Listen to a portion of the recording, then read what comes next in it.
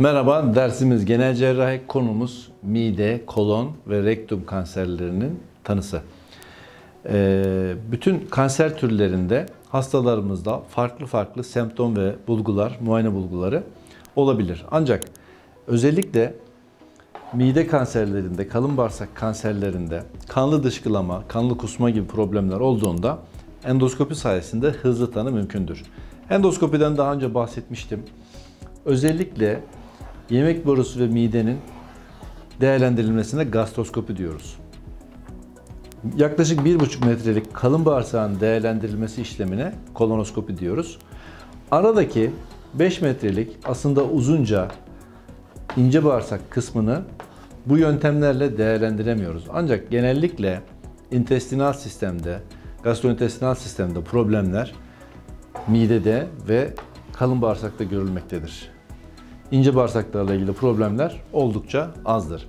Bunların tanısında da ultrason, tomografi gibi diğer yöntemler bize fikir verse de temel tanı yöntemi endoskopidir. Yani direkt kamera yardımıyla girerek organın değerlendirilmesi, varsa bir tümöral kitle ya da başka bir lezyon, oradan parça alınması ve erken tanı sayesinde daha kaliteli bir tedavi planlanması mümkündür.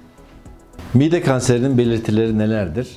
Mide içerisindeki kanserli kısmın, yani kitlenin yerleştiği lokasyona bağlı olarak semptomlar daha erken ya da geç ortaya çıkabilir. Eğer midenin çıkışını kapatan ve burayı tıkayan bir kitlesel lezyon varsa hasta erken dönemde tükettiği gıdalar aşağı geçmediği için kusmaya başlayacaktır.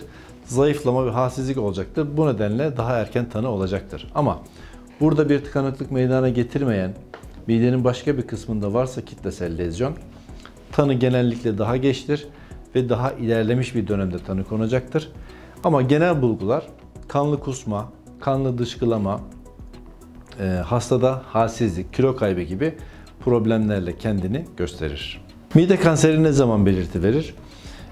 Midedeki kanserli bölge eğer midenin çıkışını kapatmışsa buradaki tümöral kitle, midedeki gıdalar aşağı doğru geçemeyeceği için kusma meydana gelecektir. Bunun devamında da hastada halsizlik, kilo kaybı gibi şikayetler ortaya çıkacağı için endoskopi sırasında mide kanseri tanısı doğrulanabilir.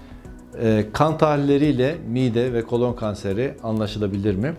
Zannedildiği gibi biz kan tahlili yaptığımızda hastamızda olan bütün hastalıkları ortaya çıkaramıyoruz. Neyi ararsak onu buluyoruz. Eğer hastamızda bir kanserden şüphelendiysek, bir organdaki bir problemden şüphelendiysek, ona dönük tahliller istendiyse görebiliyoruz. Ama bunlar tesadüfen karşımıza çıkmayabiliyor. Bu nedenle hastaların hastalığıyla ilgili problemini iyice dinlemek, semptomlarını anlamak ve buna dönük tetkiklerle tanıyı koymak her zaman çok önemli. Mide kanseri hangi evrede ameliyat edilebilir, ameliyat edilemez? Bu multidisipliner yaklaşılması gereken bir konu. Yani cerrahinin, onkolojinin, radyolojinin, görüntülemenin birlikte değerlendirilmesi gereken ve buradaki hekim grubunun birlikte karar vermesi gereken bir durum. Ancak genelleme yapacak olursak mide kanserlerinde, kolon kanserlerinde erken dönemde yakalandıysa önce cerrahi, sonra gerekliyse patoloji sonuçlarına göre diğer tedaviler planlanır. Ama kanser ilerlediyse, bölgesel, çevresel yayılma varsa o zaman önce radyoterapi, kemoterapi uygulamaları denenip daha sonra cerrahi tedavi planlanabilir. Bununla ilgili genel kurallar değil, her hasta için değerlendirme yapılarak planlanma yapılması daha doğrudur. Mide kanseri ameliyatından sonra nasıl beslenmek gerekiyor? Mide kanserinde genellikle ameliyat prosedürü midenin tamamının alınmasıdır. Yani midenin tamamı alınır, ince bağırsak yemek borusuna bağlanır. Bu durumda hastalarımıza genellikle ilk birkaç haftada sıvı gıdalarla beslenmeyi öneririz. Ancak daha sonra, yaklaşık bir ay sonra vücut yeni durumunu kompanse etmeye başlayacağı için bu hastalarımız da diğer bireyler gibi normal bir şekilde beslenebilirler. Burada önerimiz hep yanlarında bir sıvı gıda tüketmeleri ve tükettikleri bütün gıdaları iyice çiğneyerek yutmalarıdır. Kolon kanserinin belirtisi nedir?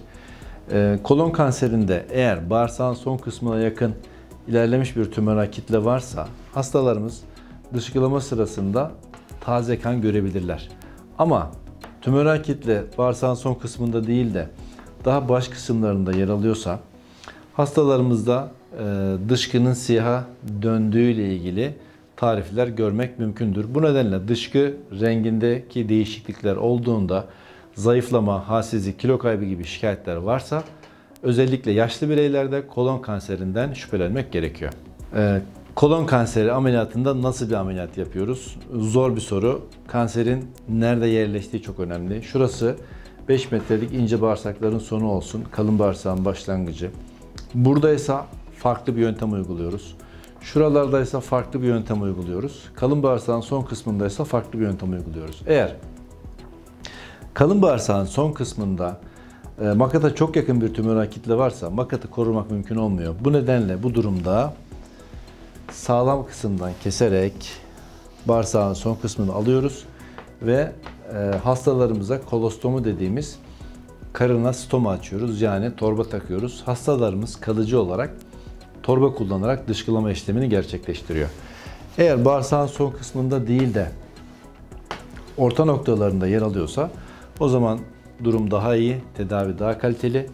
Bu durumda gene bağırsakları sağlam kısımdan tümöral kitleyi içine alacak şekilde çıkarıyoruz. Kalan bağırsak kısımlarını birbirine dikiyoruz. Eğer tümöral kitle bağırsak tıkanıklığına bağlı acil şartlarda ameliyat edilmiş ise, bağırsaklar temiz değilse, şöyle çizmeye çalışayım. Şurada bir tümöral kitle olsun. Bağırsak tıkanıklığına bağlı hasta planlanmadan acil bir şekilde ameliyat edildi. Bağırsakların durumu iyi değil. Bu durumda ne yapıyoruz? Geçici torba takma dediğimiz koruyucu ileostomi ameliyatı gerçekleştiriyoruz. Yani kanserli bölgeyi çıkardıktan sonra sağlam bağırsak kısımlarını birbirine dikiyoruz. Daha sonra bu bölgenin kaçak olmadan, yani birbirine diktiğimiz bağırsakların arası açılıp bağırsak içeri karına akmasını engellemek için bağırsağın son kısmına yakın ince bağırsağı dışarıya ağızlaştırıyoruz. Namlu şeklinde, şu şekilde. Bu durumda hastamız beslendiğinde yemek borusu, mide ve ince bağırsaklar şeklinde gıdalar sindirilir ve posa buradan torbaya dışarıya atılır. Şuradaki tamir edilmiş olan bağırsak kısmı iyileştikten sonra yaklaşık birkaç ay sonra, 2 ay, 3 ay gibi bir süre sonra kamera yardımıyla kontrol sağlandıktan sonra küçük bir ameliyatla dışarıya ağızlaştırılmış olan ince bağırsak kısmı kapatılarak gene yolun devamlılığı sağlanabilir. Özetle kolon kanserlerinde kanserin kolonun hangi kısmında olduğu önemli. Bizim tedavi planlamamızda ve ameliyat prosedüründe tedavi planımız buna göre gerçekleşmekte. Kolon ve rektum kanserinin farkı nedir? Aslında iç içe geçmiş kavramlardır. Kanserli kısım kalın bağırsağın son kısmındaysa buna rektum kanseri diyoruz. Kalın bağırsağın başka bölgelerinde ise o zaman kolon kanseri olarak adlandırıyoruz. Bulguları ve semptomları benzerdir. Halsizlik, kilo kaybı, zayıflama ve makattan kan gelmesi gibi şikayetler vardır. Ancak rektum kanseri makat çıkışına yakın olduğu için kanama bulgusunu kolon kanserinden daha erken gösterebilir. Özetle rektum kanseri kalın bağırsağın son kısmında, kolon kanseri ise kalın bağırsağın diğer kısımlarında meydana gelen kanserli değişimler, dönüşümlerdir. Mide ve kolon kanserinden korunmak mümkün mü? Maalesef önleyici bir tedavi yok ama gıda tüketimine dikkat etmeliyiz. Obez olmamalıyız. Normal kilodaki spor yapan sağlıklı bireyler olmalıyız. Onun dışında eğer ailemizde, aile büyüklerimizde kolon kanseri, mide kanseri gibi problemler varsa belli yaşlardan sonra endoskopik yöntemlerle kendimizi taramamız, incelememiz gerekiyor. Bu durumlarda erken tanı konduğunda kanseri engelleyemesek bile daha kaliteli ve daha iyi tedavi alma şansımız artmaktadır. Kanser türleri kadınlarla erkekler arasındaki görülme sıklıkları farklı mıdır? Evet, bazı organlar kadınlarda olduğu için, mesela rahim kanseri sadece kadınlarda görülür ya da prostat kanseri sadece erkeklerde görülür. Ama kolon kanseri gibi, tiroid kanseri gibi, pankreas kanseri gibi diğer kanser türleri özellikle coğrafi bölgeye göre, kişinin yaşadığı bölgeye göre, beslenme türüne göre ya da cinsiyete göre küçük farklılıklar gösterebilmektedir. Kolon ve mide kanserlerinde her zaman ışın tedavisi ya da kemoterapi uygulanır mı? Kanserin yerleştiği bölgeye göre, evresine göre, kişinin diğer özelliklerine göre tedavi planlanması onkoloji ve cerrahi olarak multidisipliner bir şekilde değerlendirilir ve karar verilir. Standart değildir, her zaman uygulanmaz. Bazen ameliyattan önce uygulanır, ışın tedavisi, kemoterapi, bazen ameliyattan sonra uygulanır. Bu kişiye göre değişkenlik gösteren bir durumdur.